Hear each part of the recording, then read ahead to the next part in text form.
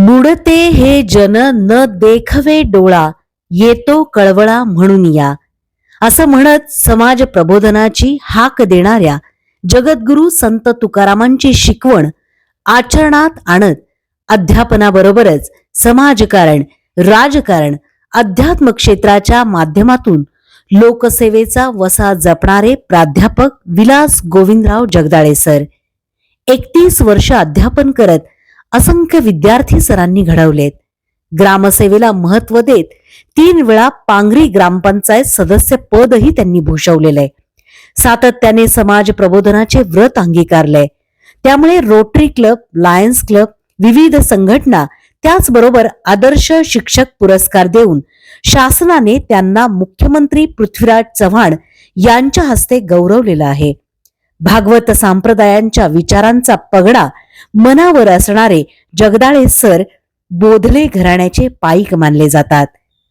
आशा या फोडिले भांडार धन्याचा हा माल, मी तो हमाल भारवाही, असं म्हणत आध्यात्मिक सेवा कार्यात मग्न असणारे जगदाळे सर यांच्याशी आपण बातचीत करणार आहोत. विशेषतः बांधाच्या वादावरून आणि जमिनीच्या हक्काच्या वाटपावरून भाऊबंदकीची भांडणं आपल्याला माहिती आहेत. पण ज्येष्ठ बंधू असलेल्या जगदाळे सरांचं वेगळेपण की त्यांनी आपल्या वाट्याची जमीन दोन्ही भावांना वाटून दिलेली आहे. अशा या त्यागमूर्तीची ही मुलाखत आपण ऐकूयात. नमस्कार, मी नीता देव. बार्शी टुडे युट्यूब चॅनल मध्ये आपणा सर्वांचं हार्दिक स्वागत. पांगरी पंचक्रोशीतील आदर्श व्यक्तिमत्व ज्यांना संपूर्ण बार्शी तालुका ओळखतो असे विलास जगदाळे सर यांच्याशी आपण बातचीत करत आहोत. सर, नमस्कार. माझं बार्शी टुडे युट्यूब चॅनल आहे आणि त्यामध्ये आपल्याशी चर्चा होती. हे खरं तर माझं भाग्य आहे. पहिलेच तुम्हाला मी वंदन करते. नमस्कार. आणि दलित महासंघाचा जो पुरस्कार तुम्हाला मिळणार आहे, जीवन गौरव पुरस्कार, 23 ऑगस्ट 2026 रोजी, 2008 पासून हा दलित महासंघाचा पुरस्कार वेगवेगळ्या क्षेत्रातील मान्यवरांना मिळतो आणि जीवन गौरव पुरस्कार या वर्षीचा तुम्हाला घोषित केलेला आहे. त्याबद्दल शुभेच्छा आणि पुन्हा एकदा नमस्कार. थँक्यू, धन्यवाद. सर, मला असं विचारायचं की तुमच्या वक्तृत्वामुळे पूर्ण बार्शी तालुका तुम्हाला ओळखतो. शिक्षक, वक्ते, सामाजिक कार्यकर्ते अशा भूमिका वठवताना तुमचं बालपण, जडणघडण, तुमचे मार्गदर्शक शिक्षक आणि तुमच्या आई वडिलांचे संस्कार, म्हणजे एकूणच तुमचं बालपण आणि आतापर्यंत याबद्दल काय सांगायचं? तसं माझे वडील मूळचे चारे या गावचे. आम्ही जगदाळे मामांच्या जवळचेच, भावकीतलं म्हटलं तरी चालेल. वडील माझे प्राथमिक शिक्षक होते. चाऱ्यावरून ते पांगरीला आले आणि पांगरीला दीर्घ काळ त्यांनी शिक्षकाची सेवा केली. त्या काळामध्ये ते 7वी शिवाय दुसरा वर्ग घेत नव्हते आणि 7वी पास झालेली मुलं लगेच शिक्षक होत होती. तेव्हा पांगरी पंचक्रोशीतील हजारो शिक्षक त्यावेळी तयार झाले आणि वडिलांनी ते ज्ञानदानाचं काम अतिशय म्हणजे तन्मयतेनं, जिव्हाळ्यानं केलं. आणि त्यामध्ये विशेषतः जे गोरगरिबांची मुलं आहेत त्यांना कुठलंही त्या काळामध्ये शैक्षणिक फी किंवा शुल्क न आकारता संध्याकाळच्या वेळी घरी बोलवून त्यांना ते शिकवायचे. तेव्हा अशा त्या पांगरी गावातच माझा 1954 मध्ये जन्म झाला. त्यानंतर माझं बालपण पांगरीच्या प्राथमिक शाळेतच गेलं. 7वी पर्यंत मी पांगरीच्या प्राथमिक शाळेतून शिक्षण घेतलं. माझी आई अशिक्षित होती. तिला लिहिता वाचता काही येत नव्हतं, पण ती सुशिक्षितापेक्षाही जास्त चांगले संस्कार तिने आमच्यावर केले. एक साधं उदाहरण तुम्हाला सांगतो. आमच्या घरात त्या काळी मी नोकरीला लागेपर्यंत घड्याळ नव्हतं किंवा रेडिओही नव्हता. मग आम्हाला शाळेची वेळ झालेली पाहायला कधी कधी शेजाऱ्याच्या घरी जाऊन त्यांच्या घरात ओसरीला एक मोठं अशा प्रकारे टोल देणारं घड्याळ असायचं. तिथं आम्हाला पाहण्याचा प्रयत्न करायचा. तेव्हा आई म्हणायची काही जाऊ नका, मी सांगते किती वाजले. अंगणात आलेल्या सावल्यावरून आमची आई आम्हाला अचूक वेळ सांगायची. आता 1:30 वाजलाय, तुम्हाला 2ला शाळा भरणार आहे, तर तुम्ही आता निघा शाळेत. तर अशा प्रकारचं ती जरी शिकलेली नव्हती तरी सुद्धा तिचे संस्कार खूप मोठे आमच्या जडणघडणीमध्ये झाले. तिची पूर्वीच्या काळी नागपंचमीला आमच्याकडे गौराई असायची. त्या गौराईची सगळी गाणी तिची मुखोद्गत असायची. आणि अशा प्रकारे गल्लीतल्या सगळ्या बायकांना अतिशय जिव्हाळ्यानं ती मार्गदर्शन करायची. आठवते त्यांचं असं एखादं वाक्य गाण्याचं? खूप जुन्या म्हणी ते नकळत बोलून जायची आणि त्या म्हणीचा, तिच्या त्या वाक्याचा आमच्यावर परिणाम व्हायचा.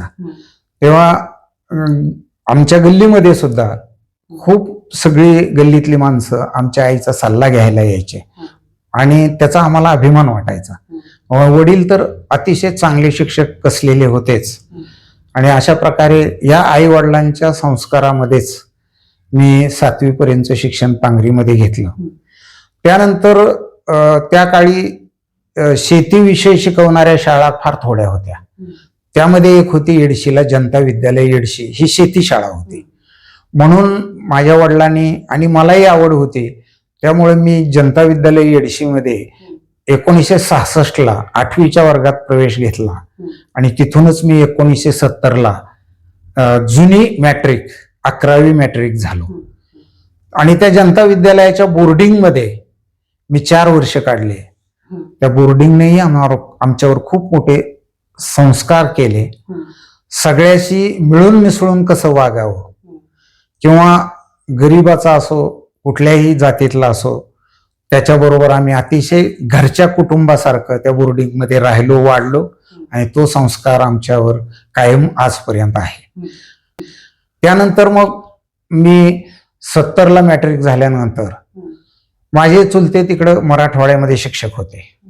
त्यामुळं मला शिक्षणासाठी बार्शीला न ठेवता उस्मानाबाद या ठिकाणी रामकृष्ण परमहंस महाविद्यालय इथं मी कॉलेजमध्ये प्रवेश घेतला. आणि 1975ला मी रामकृष्ण परमहंस महाविद्यालयातून BA झालो. BA होण्यापूर्वीच 3-4 महिने अगोदर बार्शी तालुका खरेदी विक्री संघावर प्रशासक नेमण्यात आला होता. आणि त्या प्रशासकाने काही भरती प्रक्रिया चालू केली होती. त्यावेळी प्राथमिक शिक्षकांचे पगार फार थोडे होते. घरची परिस्थिती आर्थिक काही फारशी जेमतेम, खाऊन पिऊन सुखी म्हटल्यासारखं. म्हणून वडील सहज म्हटले की तू खरेदी विक्री संघात नोकरी करतो का? आणि त्या काळी आमदार होते किसनराव देशमुख, शैलजाताई शितोळे माजी आमदार, यांच्याशी माझा संपर्क होताच. आणि त्यामुळं त्या खरेदी विक्री संघामध्ये मला वसुली क्लार्क म्हणून नोकरी मिळाली. 1975ला जेव्हा मी त्या संघामध्ये काम केलं तेव्हा माझा पगार होता फक्त 100 रुपये. पण त्या 100 रुपयाचा पगार सुद्धा आम्हाला त्या काळामध्ये खूप मोलाचा वाटायचा. आणि त्या पगारावर मी 11 महिने काम केलं. पण माझ्या मनामध्ये एक जिद्द होती, आपले वडील शिक्षक आहेत आणि मलाही शिक्षक व्हायचंय. त्या काळात मला काही लोकांनी प्रश्न विचारला की तुला शिक्षकच काय व्हायचंय? तर माझ्या मनावर त्यावेळी असा संस्कार झाला होता की समजा मी डॉक्टर झालो, इंजिनियर झालो, वकील झालो, तर मी फक्त डॉक्टर होईल, मी फक्त इंजिनियर होईल, फक्त वकील होईल. पण मी शिक्षक झालो तर मी डॉक्टर तयार करेन, मी वकील तयार करेन, मी इंजिनियर तयार करेन. आणि ही जिद्द मनात होती. म्हणून मी शिक्षक व्हायचं ठरवलं. आणि वडिलांचा वारसा होता, वडील शिक्षक होते. माझ्या वडिलांची गा मिराशी म्हटल्यासारखं तो वारसा पुढे चालवावा असं त्या काळी काय मला माहित नाही, पण त्यावेळी मनावर पगडा होता आणि त्यामुळे मी शिक्षक व्हायचंच ठरवलं. मग खरेदी विक्री संघातल्या नोकरीचा मी राजीनामा दिला.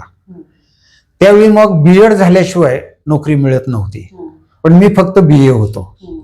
मग BEd होण्यासाठी पात्रता त्यावेळी सोलापूर जिल्ह्यामध्ये शासकीय फक्त 3 BEd कॉलेज होते, एक बार्शी आणि सोलापूरला 2.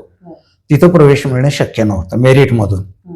म्हणून मग मी दुसरा मार्ग स्वीकारला पांगरी या ठिकाणी सर्वोदय विद्या मंदिरमध्ये मी 2 वर्ष ऑनररी विदाऊट पे अनुभवासाठी काम केलं.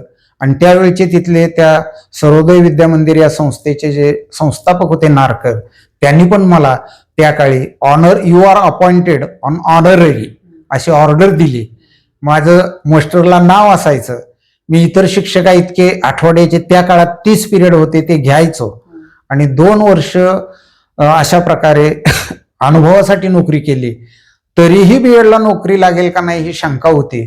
म्हणून शासनाशी मी पत्रव्यवहार करून त्या काळी इन सर्व्हिसवाल्यासाठी ज्या राखीव जागा होत्या त्या 7274 पूर्वीसाठी 66% राखीव जागा होत्या. पण 74 पूर्वीचे अनट्रेंड शिक्षक महाराष्ट्रात नव्हतेच असं मी शासनाला कळवलं. मग त्या पुढे लागलेल्यांना त्यात सामावून घ्यावं म्हणून त्या वर्षापुरता एक GR झाला, एक्सपिरियन्स फर्स्ट प्रेफरन्स, अनुभव फक्त पहा आणि त्यांना बीएडला प्रवेश द्या. मी 76-77 आणि 77-78 असं 2 वर्ष तिथं काम केलं होतं. त्या अनुभवाच्या जोरावर मी बीएड कॉलेजला प्रवेश मला मिळाला, एक्सपिरियन्स फर्स्ट प्रेफरन्स या GR मुळे. आणि तो मिळाला सोलापूरच्या दयानंद कॉलेजमध्ये. तर त्यावेळी दयानंद कॉलेजमध्ये राजेंद्र दास आणि मी दोघे क्लासमेट होतो, जे पुढे शिवाजी महाविद्यालयात प्राध्यापक म्हणून आले. आणि दोघांनी ते वर्ष खूप दयानंदचं गाजवलं. दरम्यानच्या काळामध्ये 1977ला भारतामध्ये जनता पक्ष निर्माण झाला आणि खूप मोठी तरुणांची फळी इंदिरा गांधींच्या आणीबाणीच्या विरोधात उभी राहिली. मी तरुण होतो, 75ला ग्रॅज्युएट झालो होतो. मलाही आणीबाणीची चीड मनात होती आणि मी त्यामुळे जनता पक्षाचं काम सुरू केलं. पण शिक्षकी पेशाचे वडील, आध्यात्मिक क्षेत्रातली आई आणि मग तरी राजकारण म्हणून आम्ही राजकारणात आलो नाही, समाजकारण म्हणून त्यावेळी आम्ही राजकारणात प्रवेश केला. आणि पुढे जी शिवसेनेनं घोषणा केली 80% समाजकारण आणि 20% राजकारण नव्हे, आमची पिढी किंवा माझ्या पूर्वीची पिढी तर 100% समाजकारण म्हणूनच राजकारणात येत होती. पुन्हा अपघातानं त्यांना पद मिळायची आणि ते राजकारणात रमायचं हा भाग वेगळा. पण प्रत्येक माझ्या अल्पमतीनं मी सांगतो की मी आणि माझ्या पूर्वीची पिढी ही 100% समाजकारणाच्या उद्देशानंच राजकारणात येत होते. इंदिरा गांधीच्या आणीबाणीच्या विरोधात त्यावेळी तरुणामध्ये असलेला असंतोष, त्या असंतोषामुळं आम्ही आणीबाणीच्या विरोधात काही त्यावेळी अंधेरे में एक प्रकाश, जय प्रकाश जय प्रकाश अशा घोषणा देत आम्ही त्यावेळेला त्या क्रांतीमध्ये नकळत सहभागी झालो. आणि हे जरी सहभागी झालो तरी मी माझा शिक्षक होण्याचा मार्ग सोडला नाही. मी माझं बीएड पूर्ण केलं. प्रथम श्रेणीमध्ये मी बीएड पास झालो. त्यानंतर 2 वर्ष मला नोकरी मिळाली नाही. दरम्यानच्या काळात निवांत बसण्यापेक्षा 1 वर्ष स्वतःची शेती केली आणि 1980 साली पांगरी गावामध्ये पहिलं काउंटरचं दुकान, किराणा दुकान आणि स्टेशनरी दुकान मी चालू केलं. पुढं 81ला मला उस्मानाबाद जवळच्या उपळे माकडाचे या ठिकाणी बोलवून नोकरी मिळाली. मग मी माझ्या 2 नंबरच्या भावाला दुकानावर थांबवलं आणि मी नोकरीला गेलो. आणि मग उपळ्याला गेल्यानंतर त्या ठिकाणी मी गेल्यानंतर तिथं 10वी पर्यंतची शाळा होती. मी स्वतः जाऊन मुंबईला 11वी-12वीची मान्यता आणली आणि ज्युनियर कॉलेज चालू केलं. आणि मग ज्युनियर कॉलेज 2 वर्षातच ते अनुदानित झालं आणि मग मी हायस्कूल कडून ज्युनियर कॉलेजचा प्राध्यापक झालो. मला अपग्रेड करण्यात आलं, पदोन्नती देण्यात आलं. आणि मग हायस्कूलची सेवा, जेवढी समाजसेवेची उर्मी मनात होती तेवढी शिक्षकी पेशाची तर वडिलार्जित होती, वारसा होता. आणि शिक्षकी पेशालाही चांगला न्याय देण्याचा मी प्रयत्न केला. सुदैवानं माझ्या 2002 साली औरंगाबाद विभागीय बोर्डामध्ये माझी मुलगी विद्यार्थिनी फक्त मराठी भाषेमध्ये बोर्डात पहिली आली. आणि तो सन्मानाचा एक मला सन्मान त्यावेळी मिळाला. तेव्हा हा विषयाला न्याय मी देण्याचा त्यावेळी प्रयत्न केला आणि जास्तीत जास्त विद्यार्थ्यांचं हित डोळ्यापुढे ठेवून अशा प्रकारे जे आपणाशी ठावे ते दुसऱ्याशी इतराशी सांगावे, शहाणे करून सोडावे सकळ जन या उक्तीप्रमाणे समाज प्रबोधन विद्यार्थ्याला शाळेत शिकवता समाज प्रबोधनाचंही काम त्या काळामध्ये अनेक वेळा केलं. आणि त्याच काळामध्ये मग इकडं थोडंसं त्या चळवळीमध्ये 77च्या होतो. पुढं शरद पवारांच्या पुलोदमध्ये आम्ही आलो. आणि मग हळूहळू काही तरुणांनी गावातल्या मला निवडणुकीला उभा केलं. 1979ला मी पहिल्यांदा पांगरी ग्रामपंचायतचा सदस्य झालो आणि पांगरीमध्ये एक राजकारणामध्ये खूप मोठा बदल घडवला. एक तरुणांची फळी त्या ठिकाणी आम्ही निर्माण केली.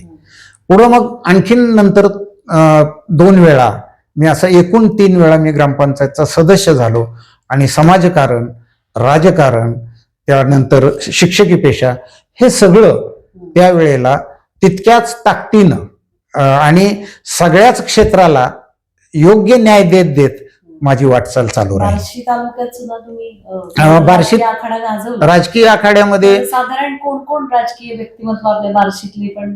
बार्शीमध्ये साधारण मग पुलोदमध्ये आम्ही 1978ला जनता पक्षातून प्रवेश केला. आणि त्या काळामध्ये किसनराव देशमुख आमदार होते.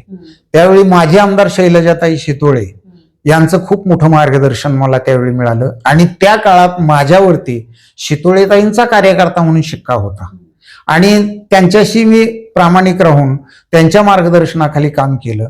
आणि मग 10 वर्ष शितोळेताई, किसनराव देशमुख, TN पाटील आणि बाबूराव गाडेगावकर ह्या जुन्या राजकारणी मंडळी बरोबर मला काम करण्याचा संधी मिळाली.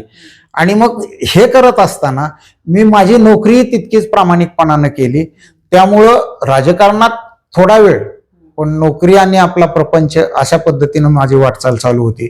पुढे 1985 ते 1995 हे 10 वर्षाचा काळ माजी आमदार दिलीपराव सोपल यांच्याबरोबर मला काम करण्याची संधी मिळाली.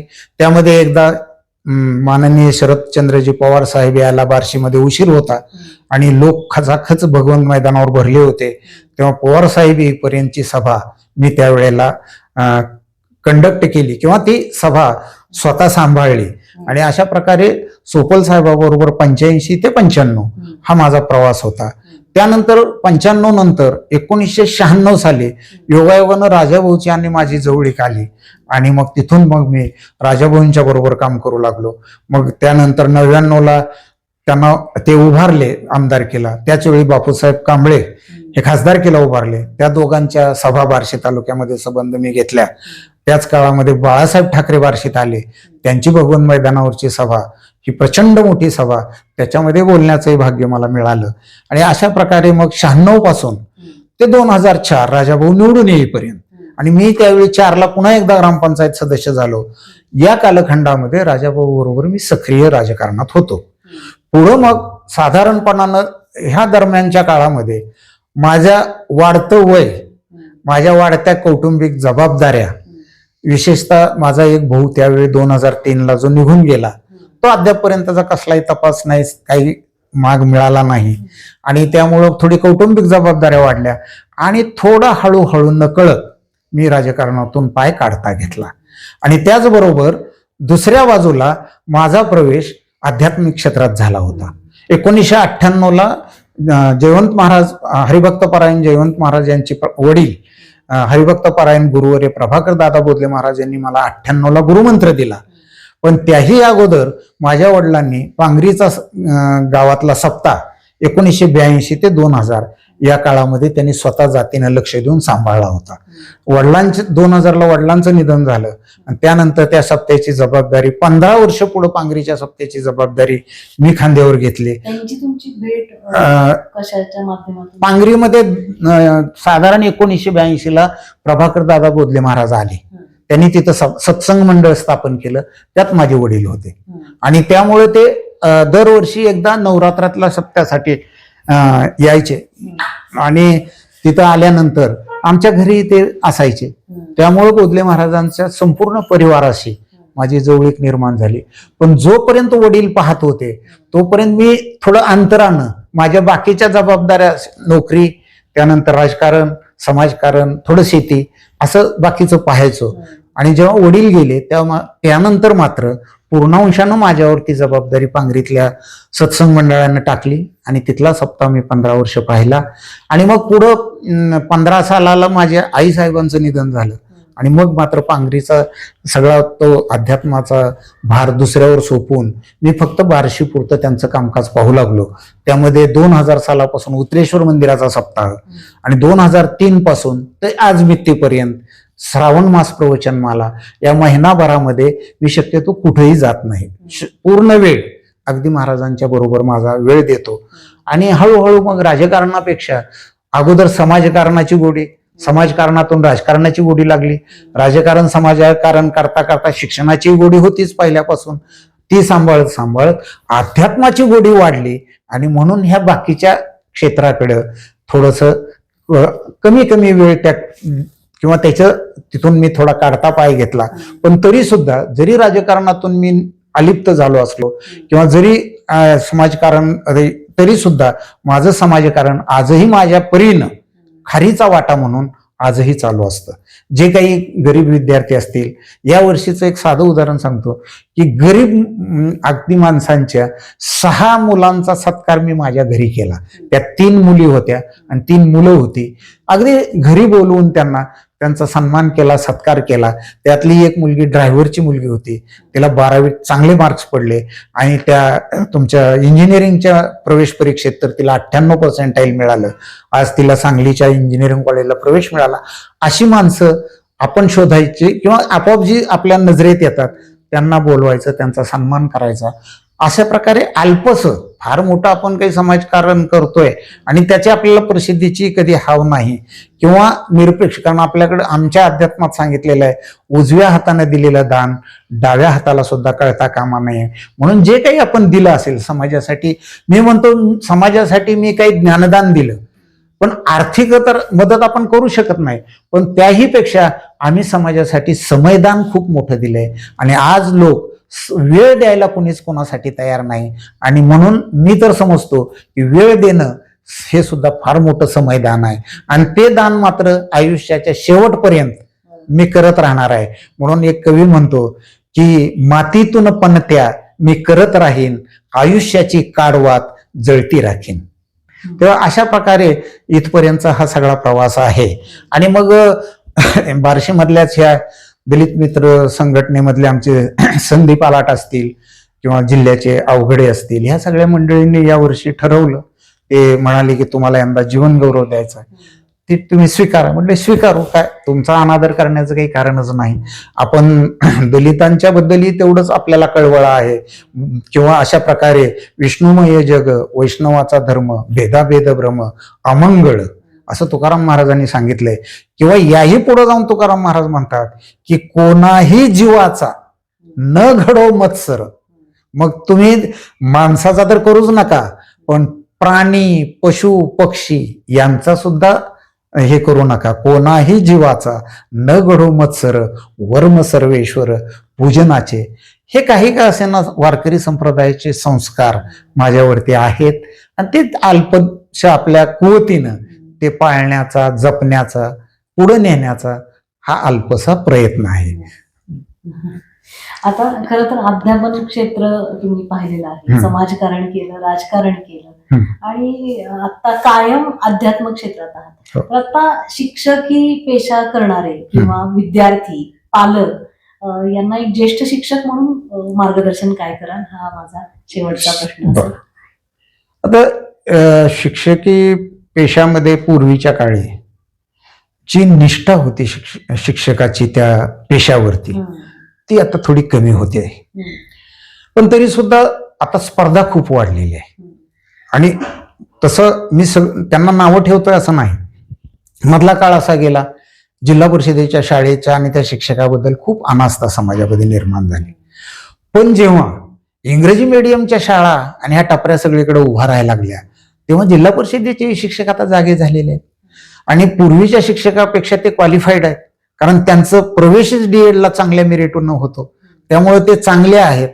पण त्यांनी जर आपलं सगळं जे काही योगदान आहे ते त्याच क्षेत्राला पूर्ण अंशानं दिलं तर अधिक चांगलं होईल असं वाटतं. परंतु बऱ्याच वेळा काय होतं की पूर्वी आपले जयवंत महाराज बऱ्याच वेळा प्रवचनातून उदाहरण सांगतात की पूर्वीच्या काळी शिक्षकाची ओळख ही विषयानं असायची की हा गणिताचा शिक्षक, हा इंग्रजीचा शिक्षक, हा अमक्याचा शिक्षक, विषयाचा शिक्षक, ही विषयावरची ओळख आता कमी होत चालली. आणि मग हा ते होय ते त्या अमक्या गटाचे शिक्षक, त्या तमक्या पुढाऱ्याकडे असतात ते शिक्षक, किंवा ते प्लॉटिंग मध्ये असतात ते शिक्षक, अशी एक नवी ओळख येते. ती शिक्षकाने आपली ओळख पुसून टाकावी.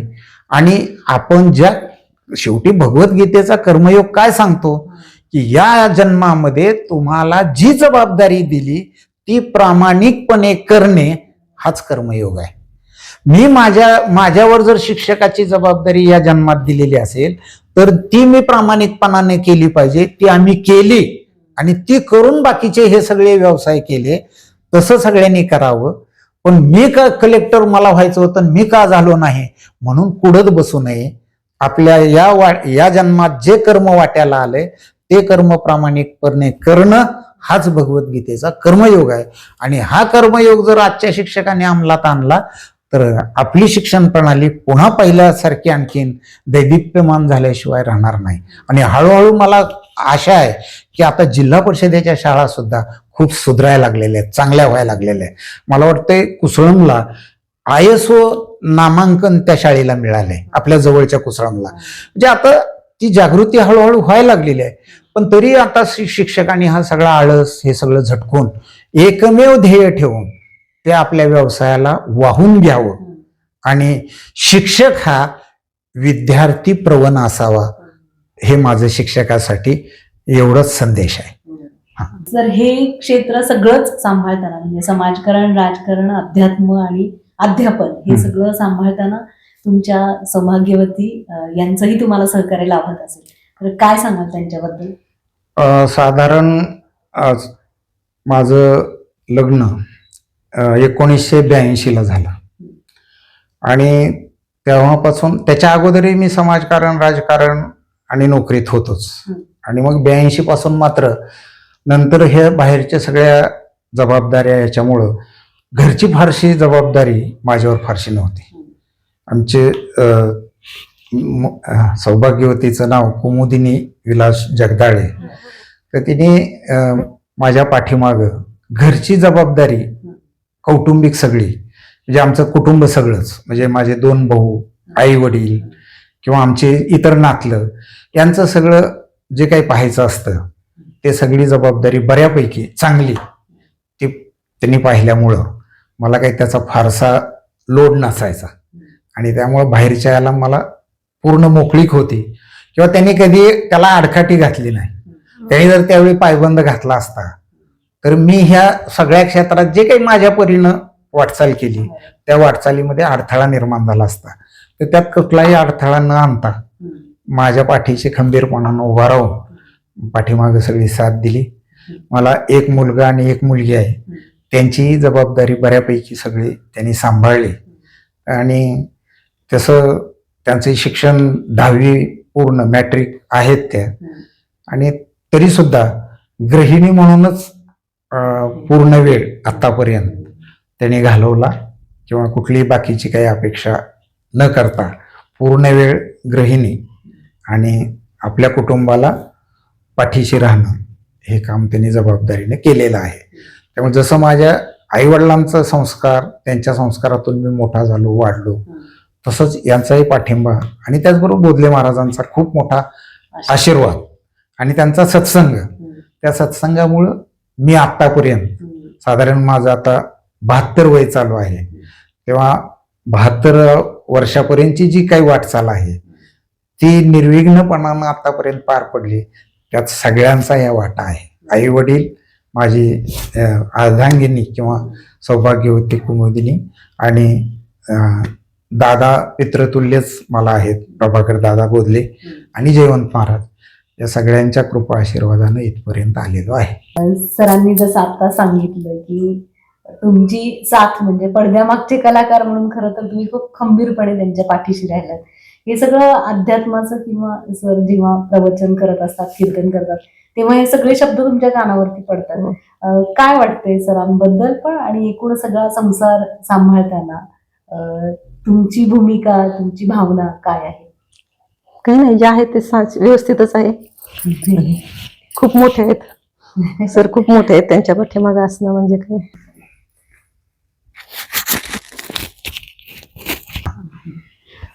खूप छान, म्हणजे चांगलं कर्म केलं की चांगली फळं मिळतात.